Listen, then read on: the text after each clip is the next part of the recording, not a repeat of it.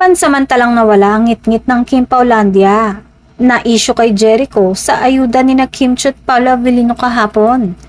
Sa gitna nga ng galit ng mga solid dahil sa pagdededma umano ni Echo kay Kim sa noontime show kamakailan, nagpakilig naman ang Kim Pao sa kanilang ganap. Hindi pumasok si Kim sa noontime show kinabukasan na ang dahilan pala ay ang live appearance ni na Kim at Paolo sa parehong ine-endorsong fast food chain. Nawala saglit ang himutok ng Kim Paulandia sa awa kay Kim nang mapanood nila ang sweetness ng Kim Pao sa isa't isa habang kumakanta. Imbitado ang Kim Pao sa event at dito sila nagpaayuda hindi lang sa mga taong dumalo sa okasyon, kundi sa kanilang mga fans sa social media. Iba't ibang larawan ang kumalat at pati ang panonood ni Paolo sa spot number ni Kim ay binahagi rin.